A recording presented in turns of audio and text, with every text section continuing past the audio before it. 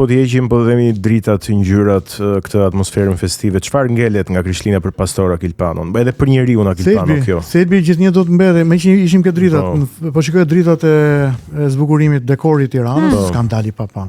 Pse? Vit. Pse? E kanë komentuar shumë, kanë parë edhe unë shumë reagime, po. Në fakt unë bëra një 2 foto, natën.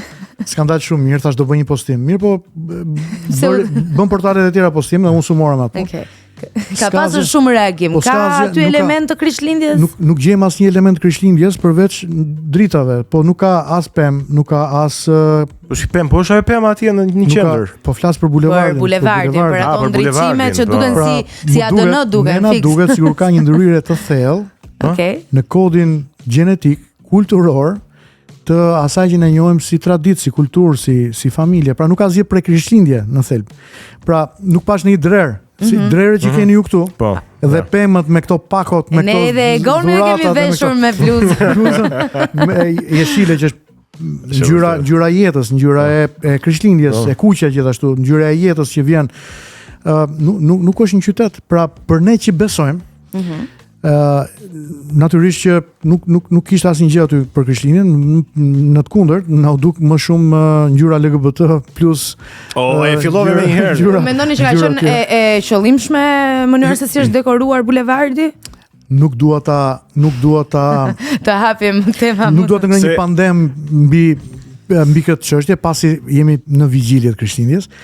Po edhe mund të ketë qenë e qëllimshme, si kundër në Bashkinë e Tiranës kemi pas edhe martesa, tash i quajtura martesa të grave brenda një zgjini mes tyre.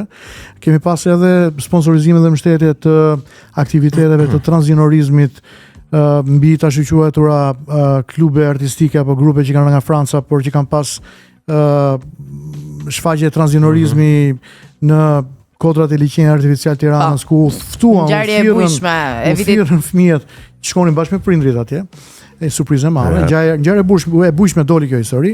Natyrisht që kemi një plan masash 2022-2027 të ku natyrisht dhe Bashkia e Tiranës ka rolin e vet në raport me idenë e ekspansionit të këtyre ngjyrave, këtyre ngjyrimeve çdo vit për vërtetës. Bashkia është ngjyros me ylberin e këtyre ngjyrave, por që për Krishtlindje nuk është shenja e paqes ajo, se kam përshtypjen që i ngatrojmë këtë flamurin e LGBT-s me flamurin e paqes, vetëm që të jemi korrekt. Ne nuk e ngatrojmë. Okej, në rregull. Domethënë, çfarë ndodh është kjo? Që ylberi që ne shikojmë në qiell vjen kulturën tonë si një element paqeje, edhe si një element i një fillimi të ri, pas përmbytjes Noeut.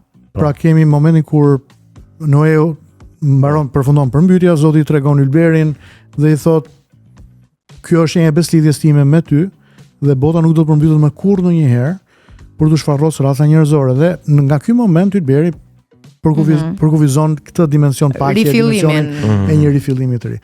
Pastaj këto grupet nga disa dekada më parë morën këtë simbol të mirë pranuar botërisht, një simbol në fani që vjen nga religioni, dhe i veshën një kostum të krejtë të ri të një fillimi tjetër, siç e imagjinojnë ata. U çudita një para pak vitesh kur kam qenë në Itali dhe e pash këtë simbol brenda një kishe katolike, prapë në krah të altarit, dhe u ngela i çuditur dhe dikush aty që e pyeta më tha është simboli i paqes, nuk ka lidhje me këtë që po mendon. Dhe prandaj thash fiks. Por zakonisht mund sjell këtë ngatrimin që ndodh natyrisht te dikush mbase nuk ka informacionin. Edhe keq interpretimi është mos i natyrshëm të ndodhë. Por si do të ishte, a nuk do të ishte Krishtlindja pa dritat? Absolutisht do të ishte, sepse për njeriu që beson.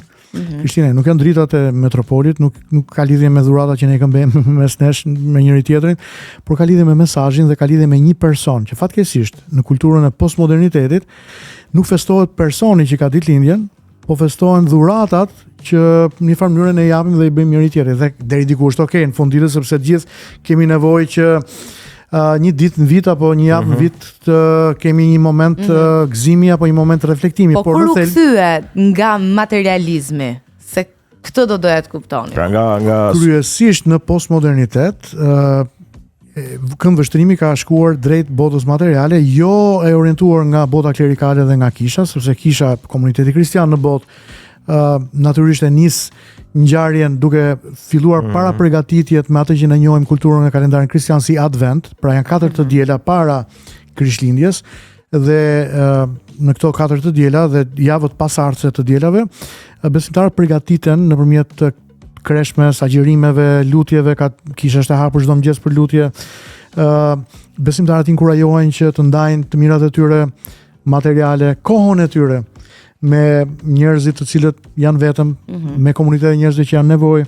Dhe këtë ne kemi nisur pra 4 javë më parë.